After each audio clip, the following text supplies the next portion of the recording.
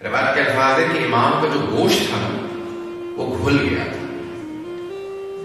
زنجیریں اتنی موٹی تھیں اور اتنی وزنی تھیں کہ امام کے ہڈیوں تک پہنچ گئی. یہاں تک کہ روایت کے الفاظ ہے جب امام کی شہادت ہو گئی نا تو اس نے کہا زنجیریں کاٹ دو. تو جس کو زنجیریں کاٹنے کے لیے بلایا نا اس نے کہا کہ نہیں یہ زنجیریں کٹ نہیں سکتی، یہ گوشت کو کاٹ چکی ہے. آپ نے اکثر دیکھا نہیں کہ عراق سے جتنی تابوت کی تصویریں آ رہی ہیں سب پہ زنجیریں بندھی ہوئی ہیں، دیکھتے ہیں نا آپ کو ساری کی ساری تصویروں میں آپ کو زنجیریں نظر آئیں گی. روایت کے الفاظ ہے کہ امام موسیٰ کاظم علیہ السلام کا جب جنازہ اٹھا نا تو اس میں زنجیریں نظر آ رہی تھی، پاؤں کی بیڑیاں، ہاتھوں کی زنجیریں تابوت میں نظر آتی تھی. آپ جتنے بھی ایرانی عراق میں جو تصویریں دیکھیں گے نا وہ تابوت کی تصویر بناتے ہیں تو اس میں دکھاتے یہی ہے کہ جیسے زنجیریں لٹک رہی ہیں، تابوت جا رہا ہے. تھوڑی سی دیر میرے ساتھ چلیں گے. میں ابھی آج عجیب و غریب میری اپنی کیفیت ہے یار، بڑی مظلومیت ہے. تاریخ میں دو ایسے جنازے ہیں نا جن کا جب تصور کرتا ہوں رونا آتا ہے. ایک امام حسین علیہ السلام کا 3 دن تک دھوپ میں لاشیں پڑا رہا. کبھی ایسا تو نہیں آپ نے سنا ہوگا. میں آج بھی ایک جنازے میں تھا، علامہ رشید ترابی کے بیٹے حاجی ترابی کا انتقال ہو گیا تو بڑی تعظیم سے جنازہ اٹھایا گیا. کبھی ایسا نہیں ہوتا کہ کسی کے جنازے کو لوگ دھوپ میں رکھ دیں. لیکن تاریخ کے الفاظ ہیں سید الشہداء کا لاشا 3 دن دھوپ میں پڑا رہا. اور دوسرا جنازہ کون سا؟ دوسرا امام موسیٰ کاظم علیہ السلام کا. 4 مزدوروں کو پیسے دے کے جنازہ اٹھوایا گیا. کہا جا کے کھلے بغداد پہ رکھ دینا.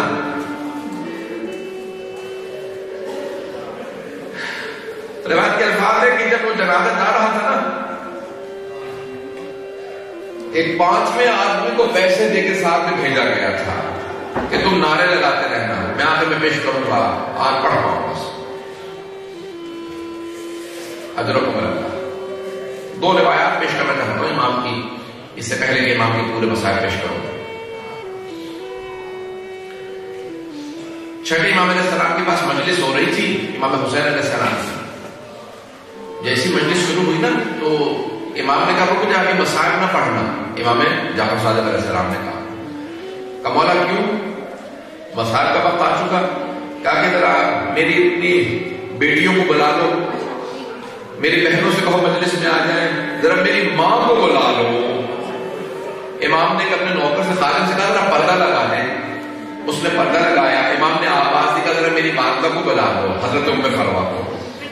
کہ میری ماں کو بلا دو تاکہ بیٹھ جائیں مجلس کے اندر. میں میرے جد حسین کی مجلس ہو رہی ہے. ایک مرتبہ راوی نے وہ جو مسائل پڑھنے والا تھا نا روضہ خان نے مسائل پڑھتے پڑھتے ایک مرتبہ جملہ کہا. وہ امام جعفر صادق کی والدہ کے خاندان سے تھا، حضرت ام فروا کو جانتا تھا، ان کا عزیز رشتہ تھا.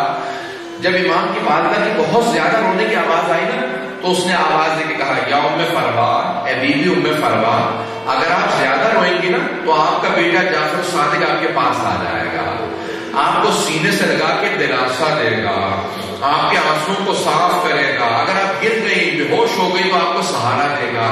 لیکن بی بی جب بھی آپ کی پھپھیاں روتی تھی انہیں تازیانے مارے جاتے تھے. اجرکم اللہ. میں ایک سوال کرنا چاہتا ہوں، آپ نے کیا دیکھا؟ اگر کبھی کوئی خاتون بھی دوسری خاتون کو مارے نا تو سارے مرد کہتے ہیں اس خاتون کو مارا گیا ہے. میں ایک سوال کروں، علی کی بیٹیاں شمر جیسا ملعون بار بار تازیانہ مارتا ہے. امام موسیٰ کاظم علیہ السلام جب ایک مرتبہ سن رہے تھے نا مسائل کہ میرے جد امام زین العابدین کی آنکھوں کے سامنے جناب زینب کو تازیانہ لگا تو تڑپ کے رونے لگے. امام جعفر صادق نے آواز دی دروازہ الباب دروازہ بند کر دو. کہا کیوں؟ کہ میرا بیٹا بے ہوش ہو گیا. امام موسیٰ کاظم بے ہوش ہو گئے. کہ کیوں مولا؟ کہ میرے بیٹے سے برداشت نہیں ہوتا، میرے جد حسین کا مسائل، میری پھپھیوں کا مسائل برداشت نہیں ہوتا. اجرکم اللہ. ابھی تو آپ نے ایک روایت سنی ہے، میں پیش کرنا چاہتا ہوں. آپ کوئی آنکھ ایسی نہ ہو جس میں آنسو نہ آئے. آج ذرا امام رضا کو پرسہ دیجیے گا. آج تمام بیوی بیویوں کو پرسہ دیجیے گا، آج جناب معصومہ تم کو پرسہ دیجیے گا. بیوی کو بڑا غم ہے اپنے بابا کی شہادت کا.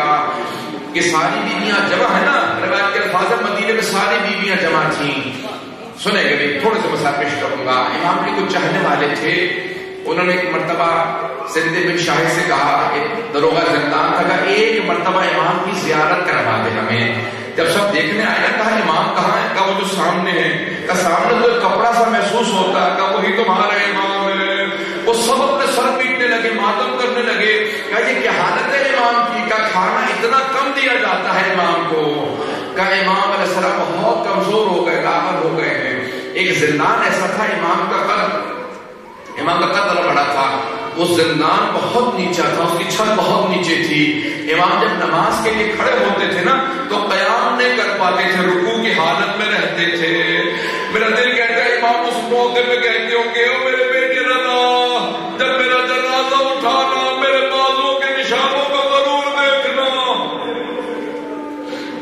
اجرکم اللہ، اجرکم اللہ. بس بھئی آج ایک مرتبہ مشہد کا رخ کر کے امام رضا کو ضرور غصہ دیجیے گا، امام زمانہ کو ضرور غصہ دیجیے گا.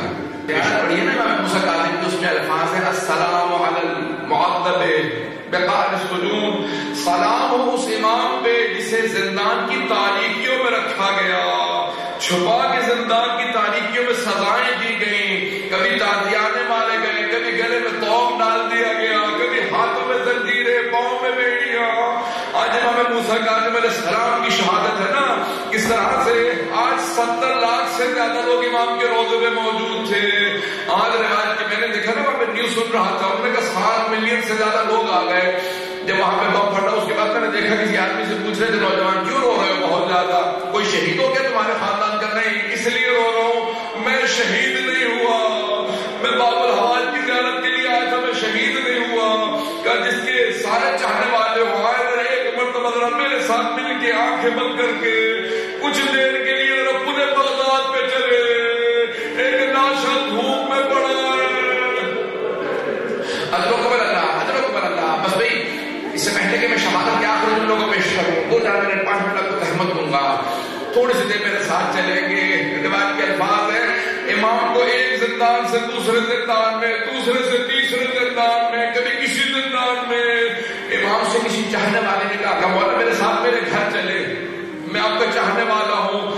کہا کہ نہیں. مولا نے کہا نہیں میں نہیں جانا چاہتا. کہا نہیں مولا، میں نے دروغہ زندان کو پیسے دے دیے ہیں تاکہ میں آپ کو گھر لے جاؤں، آپ کی خدمت کروں گا. مولا نے کہا میں نہیں چاہتا میری وجہ سے تجھے کوئی سزا ملے. کہا نہیں مولا کوئی سزا نہیں. چاہنے والا تھا لے گیا. کچھ دیر میں اپنی بیوی بچوں سے کہا سارے گھر کو صاف کر دینا، آج رسول خدا کا بیٹا ہمارے گھر آ رہا ہے، آج موسیٰ کاظم ہمارے گھر آ رہے ہیں. شیعہ نہیں تھا، صرف چاہنے والا تھا. اس کی بیوی نے سارا گھر پاک کیا. کہا کہ ارے امام ہمارے گھر آ رہے ہیں. سارے گھر کو پاک کیا. کہا مولا جو کہیں گے وہ کھانا پکا دیتی ہوں. کہا کچھ نہیں کھانا، صرف وضو کا پانی رکھ دو، ایک مصلی بچھا دو، میں عبادت کروں گا. پوری رات عبادت کرتے رہے.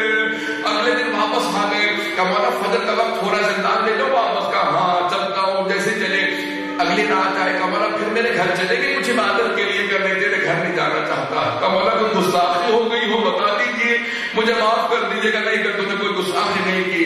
کہا مولا اگر میری بیوی یا بچوں سے کوئی کوتاہی ہوئی ہوگا؟ نہیں. کہا مولا پھر کیا بات ہے، کیوں نہیں آنا چاہتے؟ کہا تمہارے ہمسائے میں کچھ لوگ اس طرح کی گفتگو کرتے ہیں، مجھے اذیت ہوتی ہے. کچھ گانے بجانے کی حرکتیں کرتے ہیں. کہا میرا گھر کے اندر جی نہیں لگتا عبادت کے اندر، میں یہیں پہ زندان میں رہوں گا. بس بھائی ایک مرتبہ کچھ کھجوروں کے اندر زہر ڈال کے امام کے سامنے رکھا. امام نے 2 کھجوریں لی. کہا کہ بس واپس چلے جاؤ. کہا کہ نہیں ساری کھجوریں کھائیے. امام نے کہا جب 2 کھجوروں سے تمہارا کام ہو گیا تو ساری کھجوریں کیوں گرانا چاہتے ہو؟ کہا کیا مطلب؟ کا میں زہر مجھے معلوم تھا اس میں زہر ہے، باقی واپس لے جاؤ. ایک مرتبہ امام نے سارے زندان والوں سے کہا کہ آج میرا رنگ بالکل سفید سرخ ہو جائے گا، پھر زرد ہو جائے گا، سمجھ لینا زہر اپنا اثر کر رہا ہے. 2 سے 3 دن گزرے. تیسرے دن یہ ایک طبیب کو لے کے آئے. طبیب نے، ڈاکٹر نے آگے پوچھا کہ کیا بات ہے؟ امام نے اپنی ہتھیلی کو کھولا. جیسی ہتھیلی کھلی نا بالکل سفید ہو چکا تھا، جیسے خون ختم ہو گیا. کہا مولا کیا بات ہے؟ امام نے کہا تو طبیب ہے، تو نہیں جانتا کیا ہوا؟